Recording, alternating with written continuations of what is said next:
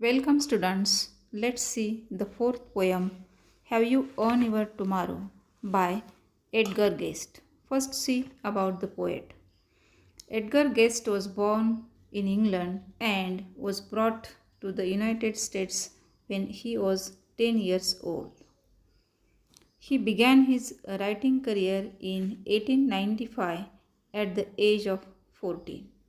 See, Edgar Guest was born in England and at the age of 10 years of old, means when he was 10 years of old, he was brought to the United States, that is America, and he started his writing career at the age of 14. म्हणजे वयाच्या 14व्या वर्षीच त्याने लिखाणाला सुरुवात केली.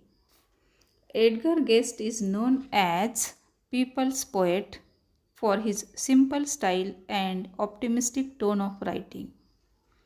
People's poet means here Edgar Guest is known as people's poet. म्हणजे लोकांचा आवडता कवी असं आपण या ठिकाणी म्हणूयात. So he was people's poet. Why because of his simple style and optimistic tone of writing. त्यांचं जे लिखाण आहे त्या लिखाणामधील साधेपणा, त्याचबरोबर त्या लिखाणामध्ये असणारा आशावादी दृष्टिकोन, यामुळे एडगर गेस्ट हे लोकांचे आवडते कवी ठरले. Guest is an American writer of newspaper and magazines. Though he was born in England but he is an American writer of newspaper and magazines. This is an inspirational poem. In this poem, the speaker is asking the readers whether they have done anything to improve the life of another human being or not. See, these lines are about the present poem. Have You Earned Your Tomorrow is an inspirational poem. या कवितेमधून वाचकांना त्या ठिकाणी inspiration, प्रेरणा मिळते. In this poem the speaker is asking the readers. Actually title हाच एक question असल्यासारखं वाटतं पा. या कवितेमध्ये कवी वाचकांना विचारणा करतात. They have done anything to improve the life of another human being or not. म्हणजे कवी वाचकांना प्रश्न विचारतात की तुम्ही इतरांसाठी एखादं चांगलं काम केलं आहे का, किंवा दुसऱ्याचं जीवनमान सुधारण्यासाठी आपण काही केलं आहे की नाही.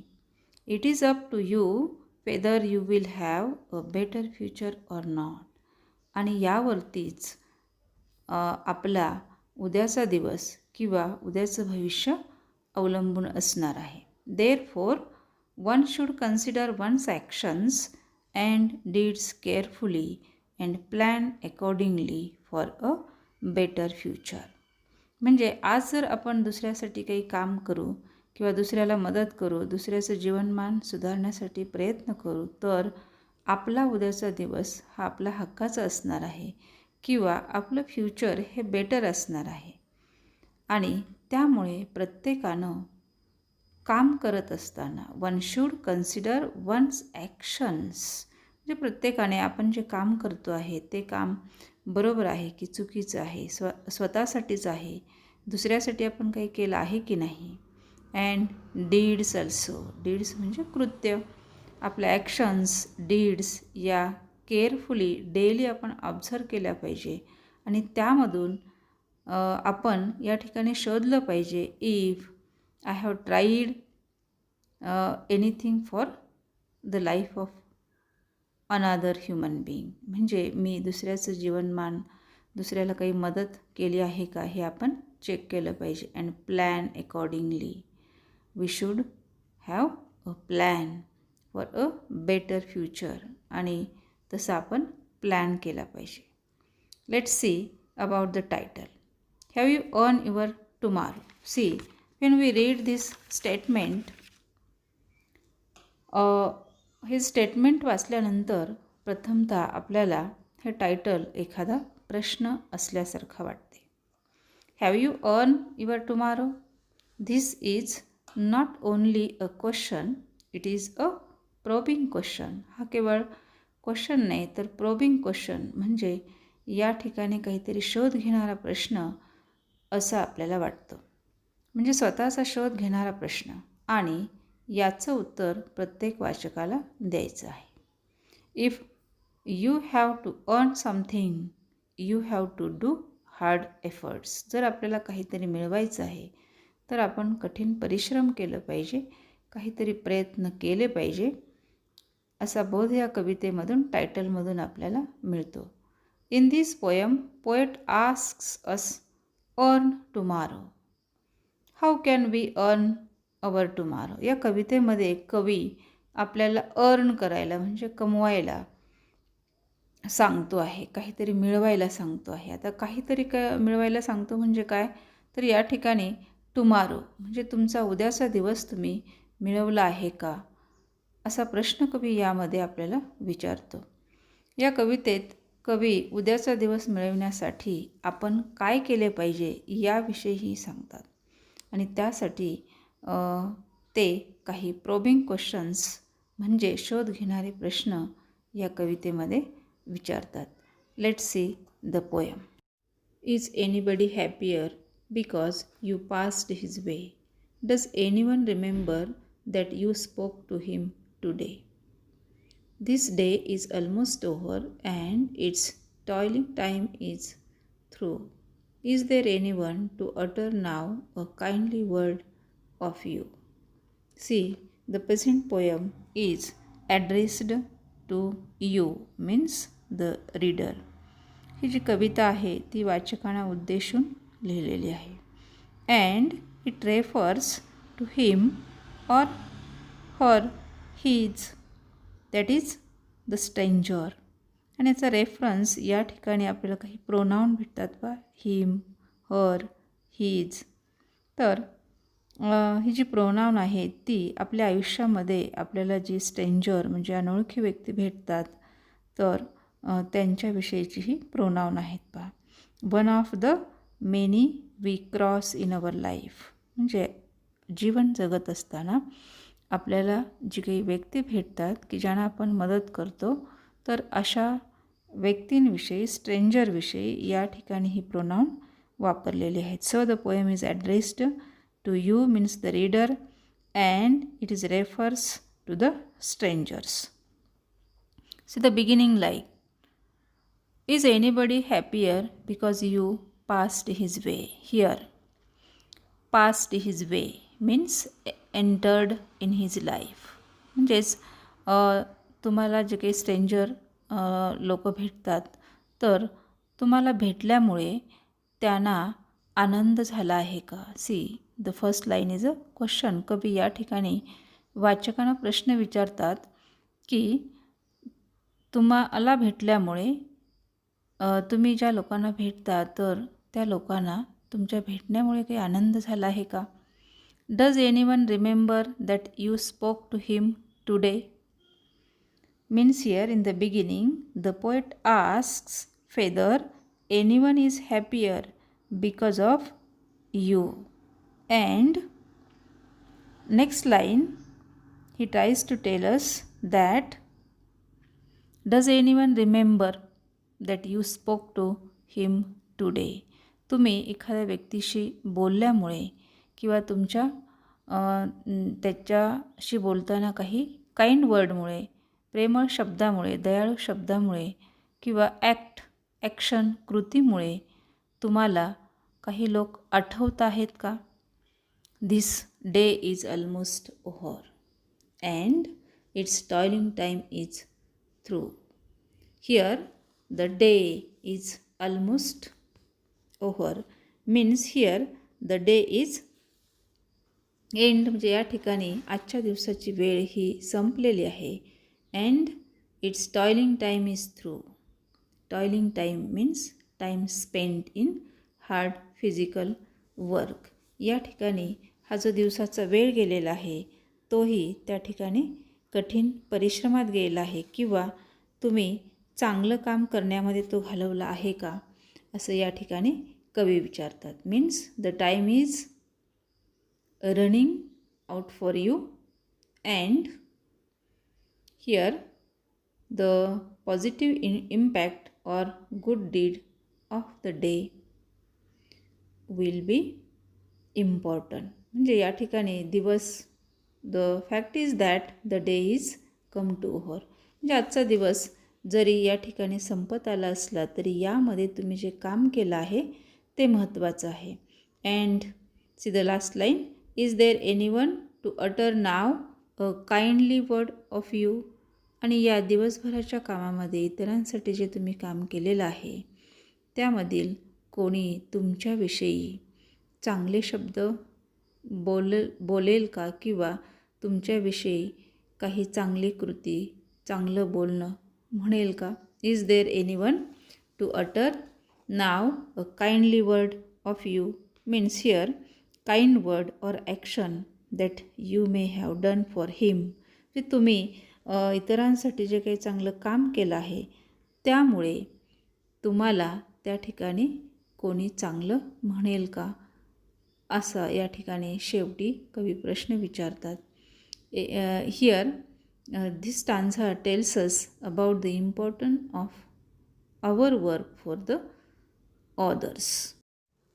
Did you give a cheerful greeting to the friend who came along, or a churlish sort of howdy and then vanish in the throng?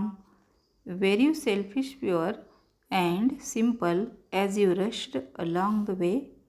Or is someone mighty grateful for a deed you did today? See, this stanza tells us poet's dislikeness of rude and selfish person. See the line, did you give a cheerful greeting to the friend who came along? Cheerful greeting means happily. म्हणजे आनंदानं तुम्हाला मदत मागायला आलेल्या मित्राला तुम्ही आनंदाने भेटलात का? The poet asks if you had a cheerful greeting. म्हणजे तुम्ही आनंदानं भेटलात का कोणाला? For a friend who may have come hesitantly maybe to seek help. म्हणजे तुम्हाला मदत मागण्यासाठी आलेल्या मित्राला तुम्ही आनंदाने भेटलात का? or a churlish sort of howdy and then vanish in the throng. See here, churlish means rude, म्हणजेच उद्धटपणे. and the next word that is howdy. Howdy means an informal friendly greeting like hi, hello. And the next word that is throng. Throng means crowd or a large number. म्हणजे या ठिकाणी तुम्हाला भेटायला आलेल्या तुमच्या मित्राशी फक्त तुम्ही त्या ठिकाणी उद्धटपणे वागलात का? और अ चर्लिश सॉर्ट म्हणजे तुम्ही त्याच्याशी उद्धटपणे वागलात का? कसं उद्धटपणे? हावडी म्हणजे फक्त तुम्ही त्याला हाय हॅलो केलं का आणि नंतर लगेचच घोळक्यामध्ये किंवा गर्दीमध्ये निघून गेलात का? See here, or did you just pretend not to notice. म्हणजे तुम्ही त्याकडे दुर्लक्ष केलं, म्हणजेच लक्ष दिलं नाही. And just said quick hello and brush past. म्हणजेच तुम्ही त्याला फक्त हाय हॅलो करून गर्दीमध्ये निघून गेलात का? Were you selfish, pure and simple as you rushed along the way. Were you selfish, poor म्हणजे या ठिकाणी पूर्ण स्वार्थीपणे तुम्ही त्याच्याशी वागलात का? And rushed along the way आणि त्याच्या समोरून तुम्ही घाईघाईने निघून गेलात का? See here the poet asks here number of questions. Or is someone mighty grateful for a deed you did today. See the last line. किंवा कवी म्हणतात की या ठिकाणी तुम्ही तुमच्या मित्राविषयी एखादं चांगलं काम केलंत का की ज्यामुळे तो तुमचा खूप ऋणी झाला किंवा त्यानं तुमच्याविषयीचे ऋण व्यक्त केले. Is someone mighty grateful for a deed. See here, deed means act म्हणजेच ॲक्शन, काम. तुम्ही एखादं चांगलं काम तुमच्या मित्रासाठी केलंत का, की ज्यामुळे he was mighty grateful for him, for you. Can you say tonight in parting with the days that sleeping fast that you helped a single brother of the many that you passed? Is a single heart rejoicing over what you did or said? Does a man whose hopes were fading now with courage look ahead? See, this stanza tells us about the action at the end of a day of the reader. कवी या ठिकाणी वाचकांना प्रश्न विचारतो की आजच्या दिवसाच्या शेवटपर्यंत तुम्ही एखादं असं चांगलं काम केलं आहे का. At least one work, one action. Can you say tonight in parting with the days that's sleeping fast. See here, tonight means at the end of the day, या दिवसभरामध्ये. Sleeping fast means running fast. Time is very fast. वेळ ही वेगानं जात असते पहा. आणि आजचा दिवस संपलेला आहे किंवा एंडिंगला आहे. आणि या दिवसभरामध्ये ॲटलिस्ट वन वर्क, तुम्ही एखादं असं काम केलं आहे का. तर poet expects of doing any help to a single brother means single person who passed in your way. See the next line. Can you say, that you helped a single brother of the many that you passed? Means here the poet expects a single work, and a poet doesn't expect more from readers. कवी जास्त कामाची अपेक्षा करताना दिसत नाही आहे पहा. He just expect you should kind to one person out of the many that you passed. आपल्याला असे अनेक लोक भेटतात, पण त्यातील एखाद्याला तरी आपण मदत केली आहे का, असा प्रश्न कवी या ठिकाणी विचारतात. This single good act or help would be sufficient to earn your tomorrow. आणि दिवसभरामध्ये असं एखादं जरी आपण चांगलं काम केलं असलं तरीसुद्धा उद्याचा दिवस मिळवण्यासाठी आपण म्हणजेच वाचक पात्र आहेत, असं कवी म्हणतो. Is a single heart rejoicing over what you did or said. Did or said म्हणजेच कृती किंवा बोलणं. Is a single heart means here a single person. This single, the poet suggested that if we earn, means if we have to earn our tomorrow, then you should help others. जे या ठिकाणी आपल्याला जर उद्याचा दिवस मिळवायचा आहे तर आपण चांगलं काम केलं पाहिजे. Is a single heart rejoicing over म्हणजे तुमच्या दिवसभरामध्ये एखाद्या तरी व्यक्तीला तुम्ही बोलण्यामधून, सेड, डीड, कृतीमधून आनंद मिळवून दिला आहे का. Does a man whose hopes were fading now with courage look ahead. अशा कोणत्या व्यक्तीला कवी मदत करायचं असं म्हणतात. A man whose hopes were fading. Fading म्हणजे जो निराश झालेला आहे, दुर्बल झालेला आहे, जो वीक आहे, म्हणजे ज्याला खरोखर मदतीची गरज आहे, अशा व्यक्तीला तुम्ही या ठिकाणी मदत केली आहे का. हुज होप्स वेअर फेडिंग म्हणजे ज्याच्या अपेक्षा ज्या आहेत त्या अपेक्षा नैराश्यामुळे काय झालेल्या आहेत, फेडिंग झालेल्या आहेत. तर अशा व्यक्तीला तुम्ही मदत केली आहे का. म्हणजेच काय, विथ करेज लुक अहेड म्हणजे त्याला तुम्ही करेज, धैर्य दिलं आहे का. कशासाठी, टू गो अहेड. अहेड म्हणजे पुढे जाण्यासाठी तुम्ही त्याला मदत केली आहे का. करेज और स्ट्रेंथ, विल पॉवर दिली आहे का. आणि असं जर तुम्ही केलं असेल तर नक्कीच तुम्ही उद्याचा दिवस मिळविण्यासाठी पात्र आहात, असं कवी म्हणतात. नाव C the last stanza. Did you waste the day or lose it?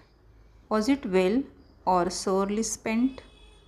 Did you leave a trail of kindness or a scar of discontent? As you close your eyes in slumber, do you think that God would say, "You have earned one more tomorrow by the work you did today"? See, this stanza tells us about the evaluation. म्हणजे या ठिकाणी कवी म्हणतात आपण स्वतःचं evaluation मूल्यमापन करू शकतो. Did you waste the day or lose it? See here, did you waste the day म्हणजे तुम्ही आजचा दिवस हा निरर्थक घालवलात का? निरर्थक म्हणजे कसा? तुम्ही काम केलं आहे पण ते फक्त जर स्वतःसाठीच असेल. If you work only for yourself, then it will be the wasting of day. काम केलं पण जर ते स्वतःसाठी असेल, वर्क फॉर सेल्फ, तर तो दिवस काय होईल? वेस्ट होईल. ऑर लॉस इट, आणि असं स्वतःसाठी काम करून तुम्ही आजचा दिवस गमावलात का? Was it well or sorely spent, म्हणजेच आजचा दिवस तुमच्यासाठी चांगला होता का? ऑर सोअरली स्पेंट, का असाच सोअरली मीन्स युजलेसली, निरर्थक कामं करण्यामध्ये तुम्ही तो स्पेंट केला का? Did you leave a trail of kindness or a scar of discontent? Did you leave a trail of kindness, trail means way, की तुम्ही आजचा दिवस अतिशय चांगल्या कामासाठी, म्हणजे तुम्ही एखाद्याला मदत केली आहे किंवा गरजू व्यक्तीला तुम्ही त्या ठिकाणी त्याची समस्या दूर केली आहे, म्हणजे इतरांसाठी तुम्ही चांगलं काम केलं आहे का? अ वे ऑफ काइंडनेस म्हणजे आजचा दिवस तुम्ही पूर्णपणे काइंडनेसनं, म्हणजे दुसऱ्यावरती दया दाखवण्यात, दुसऱ्याला मदत करण्यात घालवला आहे का? Or a scar of discontent, discontent म्हणजे या ठिकाणी असंतुष्टपणे, स्कार मीन्स या ठिकाणी व्रण, चिन्ह किंवा साईन, म्हणजे तुमचं वागणं हे इतरांना, वागणं म्हणजे तुम्ही बोलण्यातून, कृतीतून समोरच्या व्यक्तीला किंवा तुम्हाला भेटणाऱ्या व्यक्तीला तुम्ही डिस्कंटेंट केलंत का? See, these are the questions in these 2 lines. या 2 ओळीमध्ये कवी आपल्याला 2 पॅटर्नचे प्रश्न विचारतो. पहा, एक म्हणजे तुम्ही इतरांसाठी काम केलं असेल तर तुमचा दिवस हा नक्कीच चांगला आहे, म्हणजे तुम्ही उद्याचा दिवस मिळवण्यासाठी पात्र ठरला आहात. बट इफ यू वेस्टेड, जर तुम्ही तो दिवस वेस्ट केला आहे म्हणजेच फक्त स्वतःसाठी काम करण्यामध्ये घालवलेला आहे, किंवा युजलेसली, निरर्थकपणे तुम्ही तो घालवला आहे, किंवा जर तुमच्या कृतीतून, ॲक्शन, शब्दामधून, बोलण्यामधून इतरांना तुम्ही डिस्कंटेंट केला आहे, तर तो तुमचा दिवस हा युजलेस ठरला आहे. म्हणजेच जर तुम्ही चांगलं काम केलं असेल, इतरांना मदत केली असेल, तर तुम्ही you are be able to get tomorrow, तर तुम्ही उद्याचा दिवस मिळवण्यास पात्र आहात. As you close your eyes, see the last 2 lines are about evaluation. तुम्ही दिवसभरामध्ये कसे वागलात याचं उत्तर किंवा याचं मूल्यमापन करणारे सुद्धा तुम्हीच आहात.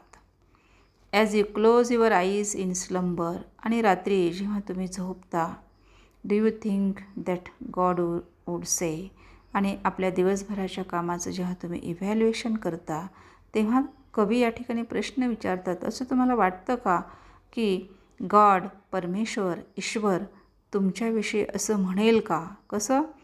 You have earn one more tomorrow by the work you did today, म्हणजे तुम्हाला प्रत्यक्ष परमेश्वर असं म्हणेल का की तू आज खूप चांगलं काम केलं आहे, दुसऱ्यांना मदत केली आहे, म्हणून उद्याचा एक दिवस देण्यास मी तुला तयार आहे. पहा, या ठिकाणी गॉड्स व्हॉइस म्हणजे प्रत्यक्ष परमेश्वर वगैरे या ठिकाणी काही नाही आहे, तर तुमचा inner voice, God's voice means inner voice, आपल्यामध्येच जो तुमचा दुसरा आवाज आहे, तो आवाज तुमच्या दिवसभराच्या कामाचे इव्हॅल्युएशन करेल, आणि तो आवाज तुम्हाला म्हणेल, हा मी ठामपणे सांगतो की मी आज दिवसभरामध्ये चांगलं काम केलेलं आहे, दुसऱ्यासाठी एखादं तरी काम केलेलं आहे आणि म्हणून मी उद्या जगण्यासाठी, उद्याचा दिवस मिळवण्यासाठी नक्कीच पात्र आहे. So here God's voice means inner voice. In this way, this last stanza tells us that if you as a reader are sure about yourself, that you have spent the time for others, म्हणजे आपण दुसऱ्याला त्या ठिकाणी वेळ दिलेला आहे, दुसऱ्याला मदत केलेली आहे, तर नक्कीच आपण टुमारोसाठी, उद्या जीवन जगण्यासाठी काय आहोत, पात्र आहोत किंवा उद्यावरती आपला हक्क आहे. So in this way the poet tells us about the important of the help or it is our duty to help others. या कवितेमधून कवी जीवन जगत असताना स्वतःबरोबर इतरांनाही आपण घेऊन चाललं पाहिजे, इतरांनाही आनंद दिला पाहिजे, त्यांच्याही आनंदामध्ये आपण सहभागी झालं पाहिजे, तरच सुंदर असं जीवन जगता येतं.